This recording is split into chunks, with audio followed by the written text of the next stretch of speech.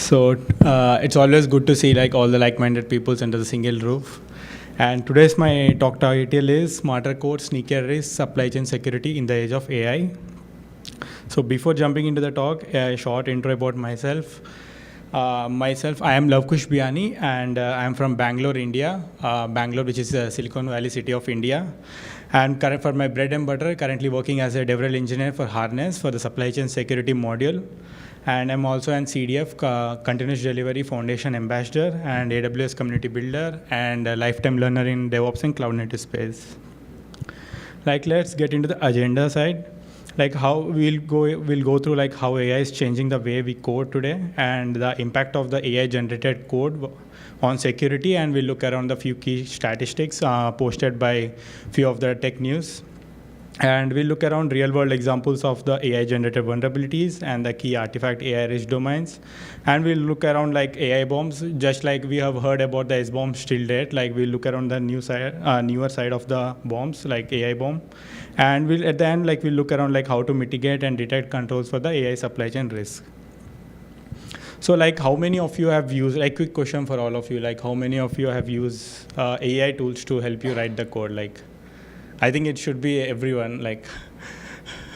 I'm not surprised. Which tools you prefer? Just wanted to check. Is it Windsurf? I prefer Windsurf and Code Cloud. How is it for you?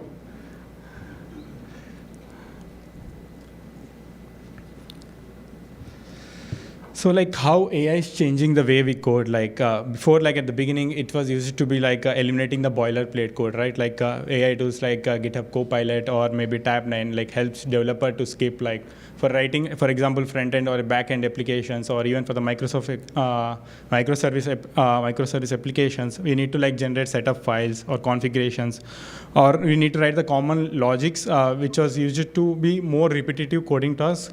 All have been because with the help of AI getting into their place, all the things which are related to the writing of boilerplate code had got into extent. And also AI is truly acting as a unit testing partner. It can now suggest even writing the unit test automatically for your any feature or for your any functionality. It is able to understand the entire code context, and it is able to replicate the expected behavior as well. And this improves entire coverage and speeds up your feedback loops in the CI/CD. For example, in our organization, before we used to have a QA dedicated, 2 to 3 people of a QA dedicated person with of 15 developer person. Now, developer itself is writing his unit test code for whatever the feature or functionality he's currently working upon. And apart from writing the unit tests, we are using most of the we are taking the help of AI in fixing of bugs. So AI doesn't justify not only it solves the syntax errors, but it also focusing more on the logical fixes as well. For example, tools like Code Whisperer from Amazon AWS, or GitHub Copilot from Microsoft can point out null pointer exceptions or any security vulnerabilities. Basically, what happening is whenever you upload your repository within the Windsurf or within the GitHub Copilot, it is able to see all the it is able to track all the files within the repo, and it is able to change the files, whatever the code changes might require, not within the single file. It is trying to change it in the multiple files. It is able to detect what is the main RCA root cause analysis of your particular bug, and it's solving it in a much more efficient and more in a optimized way. And refactoring code, we have seen in the organizations, usually they move from one language base to another. For example, if an organization wants to move from Java to a Golang for better compilation or for better handling of speed or accuracy side, usually the refactoring of code from one language to another used to take a lot of I think it's used to take for larger code bases, it used to take 5 to 6 months of time. Now I think AI is coming into the picture. I think it's been less than a month. I think within the 3 to 4 weeks, the organizations are refactoring the entire code base according to the requirement from the C-level. And creating design workflows behind coding. AI is helping to design the HLD side of things and high-level design workflows, generating architecture diagrams or CI/CD pipelines, or like writing even the simpler Terraform templates. Basically, it's bridging the gap between the design and the intent and the implementation side. There are a few tech articles, like we see usually the claims from the big tech companies, from the Microsoft or from the Google, like the CEOs, maybe most of the time they will be saying like most of the code is getting written written by the most of the AI coding tools. And I think it's from the Microsoft and from the Google. And there is a report from the Sonar. I think the source is GitHub and the Stack Overflow, which they mentioned, like 41% of all their code in the 2025 is AI generated. So till now, we have seen like everything is going good, hunky-dory, everything is like well and fine, like AI coding tools is helping you a lot, like everything is getting done and dusted. So why this talk then? So it's a quick reality check, like how current the situation is. Like all the projects are getting built up. Like there are many AI applications getting into the place every day. But where is the like AI supply chain security coming into the place? Like it's a very small factor people are taking care of right now. It's like a chicken neck. And like I just wanted to ask a second question. Like how many of you are sure the code the AI generates is truly secure according to you?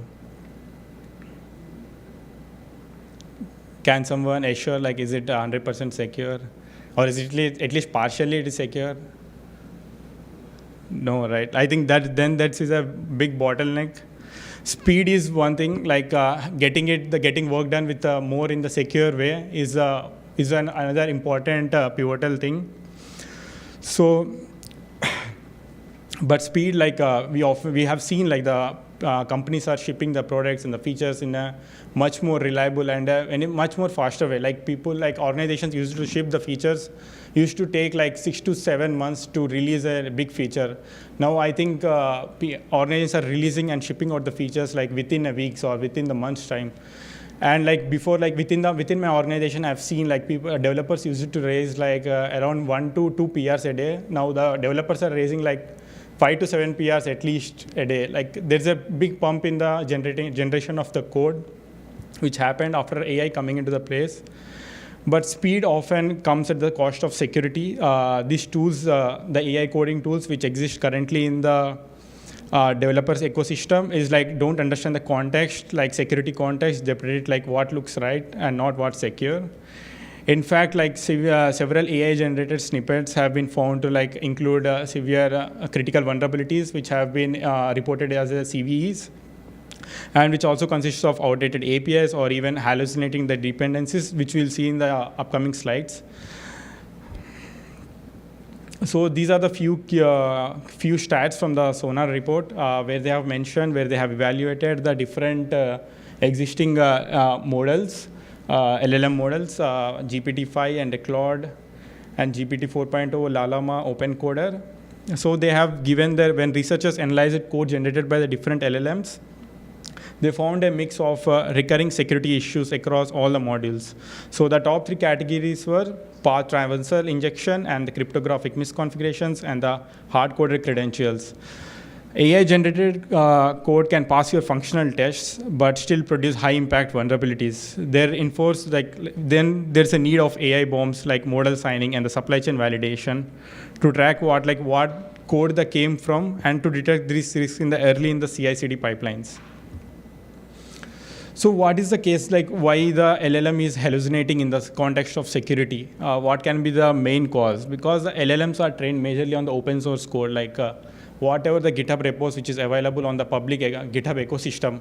So if there are many open source projects, there are many organizations which handle the open source projects. They have their large code base on the public ecosystem, and you have Slack, and we have LinkedIn or Reddit, where we have the more people, like even in the Stack Overflow, people talk about the how they debug the issue and they share their thoughts. Like there is a good code as well as a bad code as well as ugly code available over the internet. But LLM doesn't know it. LLM got trained on whatever it available on the internet. It got trained it with it. So the good code, it can be like we have good code, like in the sense like good code can be, it's like well documented examples that follows best practices that comes from the reputable open source projects which has a good documentation, or they can have a good community support, and also they have a good GitHub stars.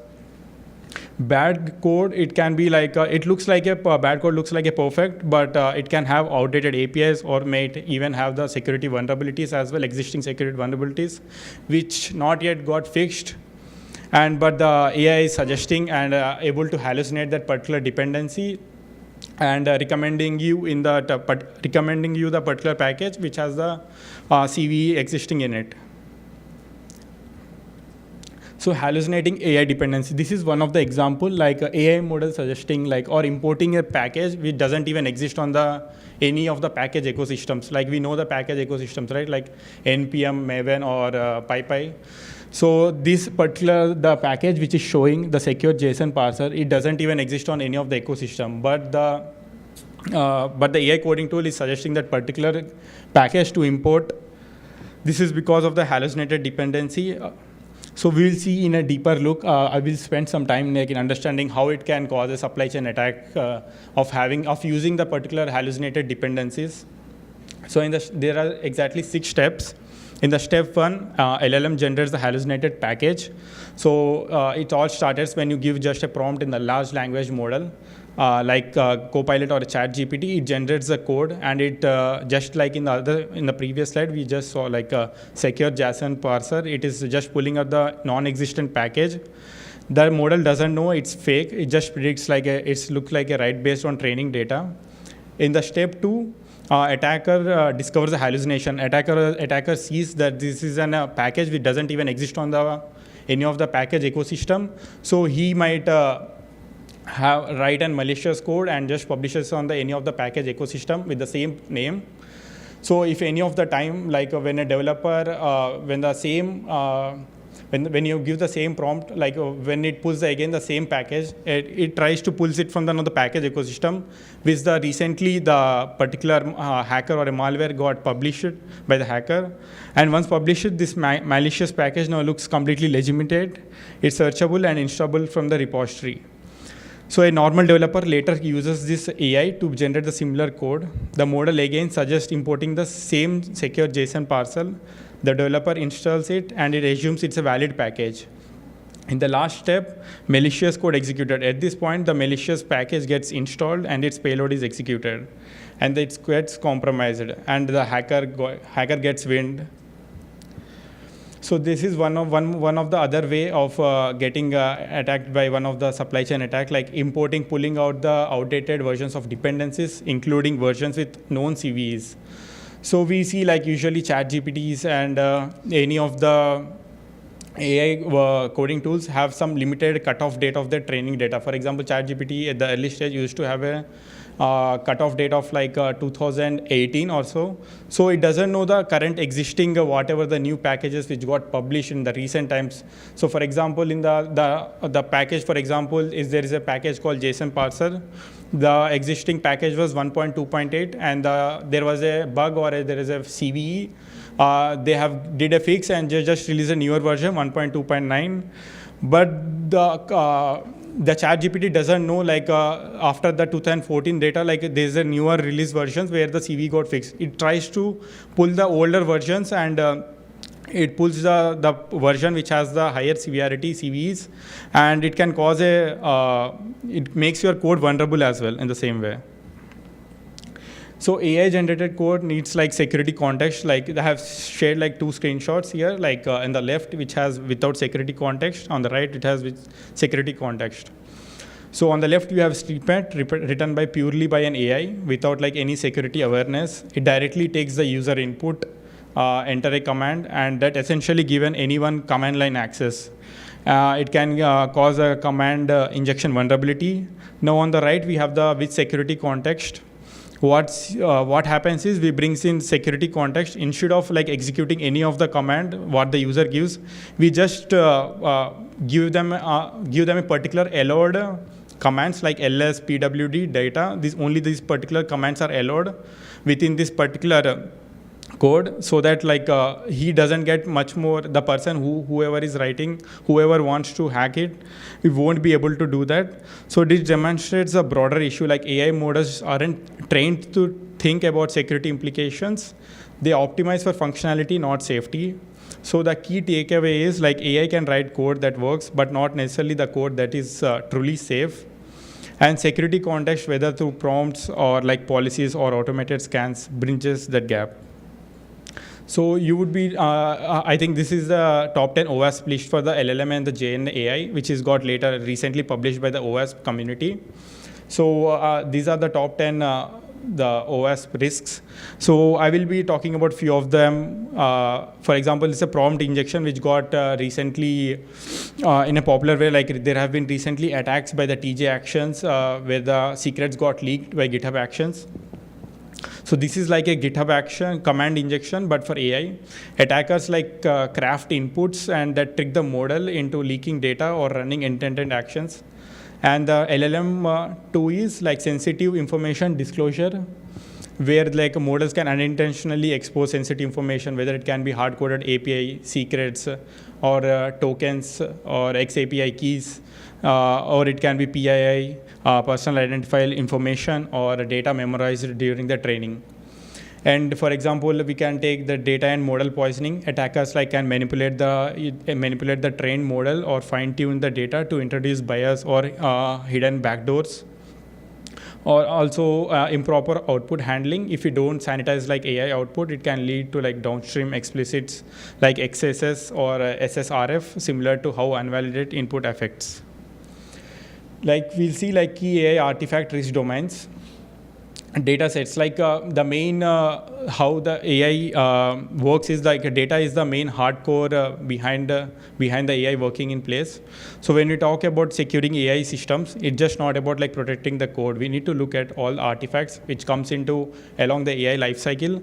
This includes starting off with the data sets, which can be poisoned or which can be manipulated, and pre-trained models or model libraries which contain hidden vulnerabilities or malicious logic. Or it can be third-party AI packages, which is another area of concern, where the dependencies often come from open repositories, may not always be properly verified, and there's a lack of provenance. A major challenge in AI is it's a lack of provenance, meaning there's no clear visibility from where the artifact is getting generated, and is someone has modified the particular artifact or not. On the right, you can see there's an AI supply chain attack flow, which typically spans from development to access to deployment. The goal is to establish the trust and traceability across this flow to mitigate the risk effectively.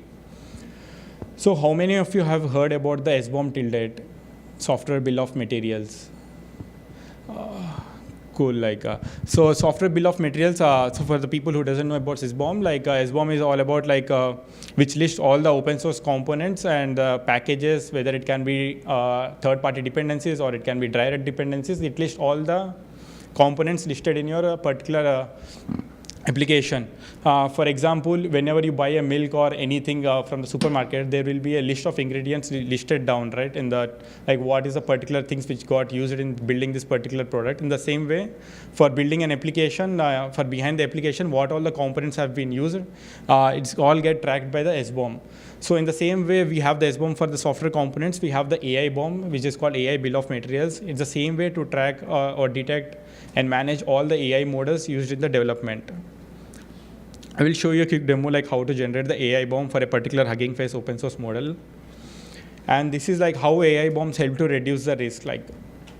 AIBOMs has bring visibility and accountability to your AI supply chain by documenting the data sets or dependencies or the training sources.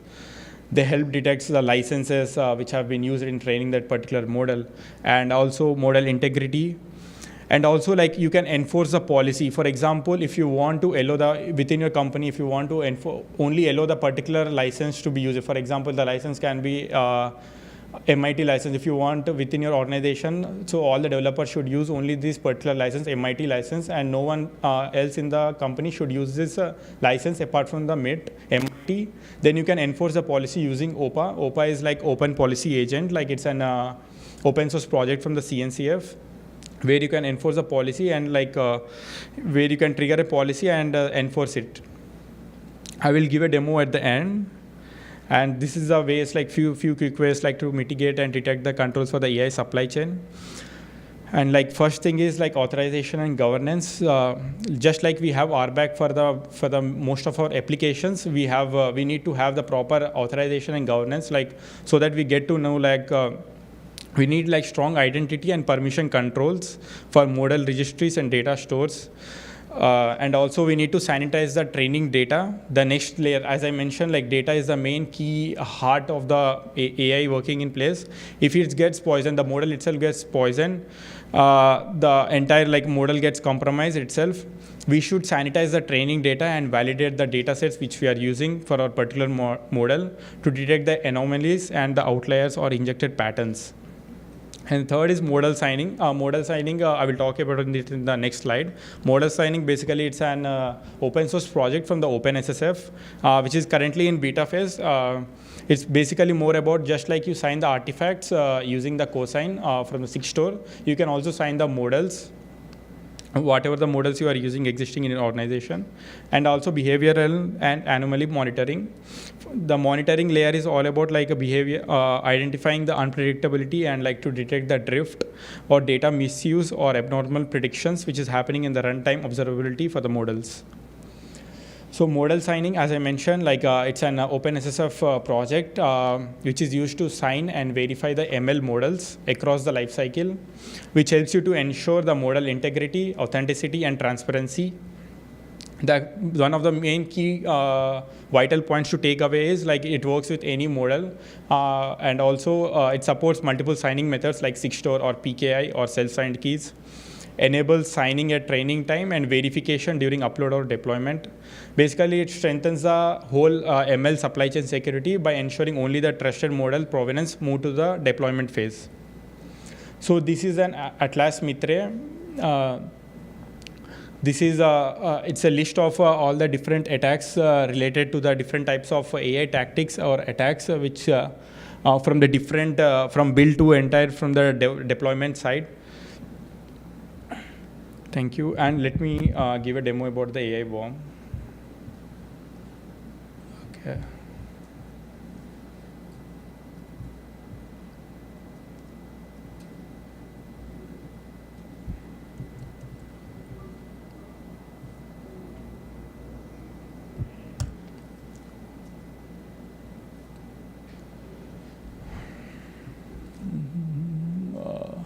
Let me take, this is an Hugging Face model.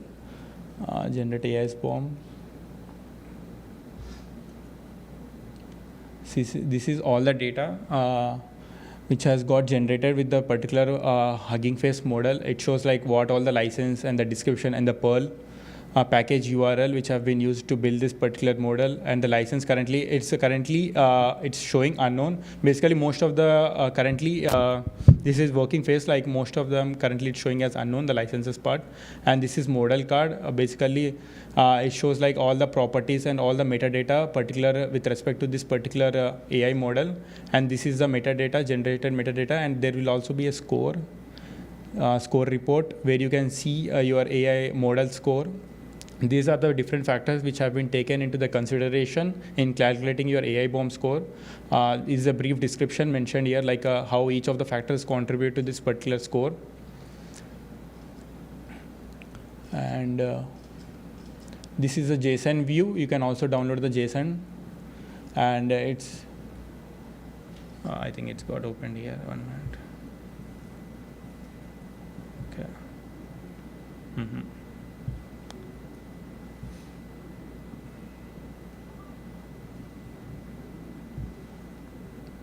Okay.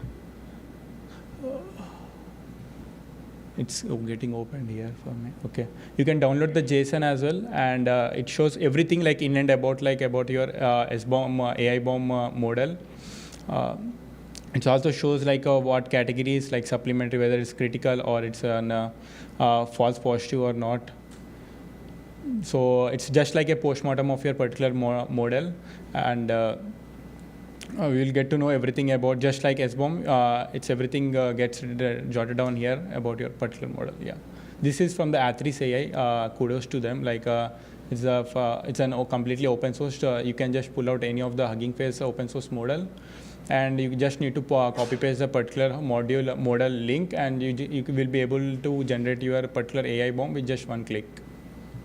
Yeah, yeah, that's all. Like, any questions? Like, would love to know.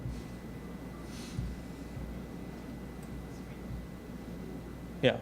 As I know, SBOM is mandatory requirement from the national party, like USA or.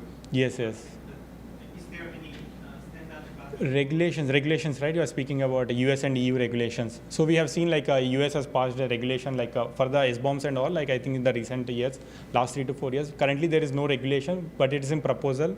Whatever I got to know, like information from the tech articles which I've been reading, it's currently in it's in proposition in the proposal phase. It's not yet out, like particular all the strategies just like S-bomb, not yet rolled out. Yeah. Yeah. So I will be here around, like I will love to chat like around the S-bombs or AI bombs or anything about the container security.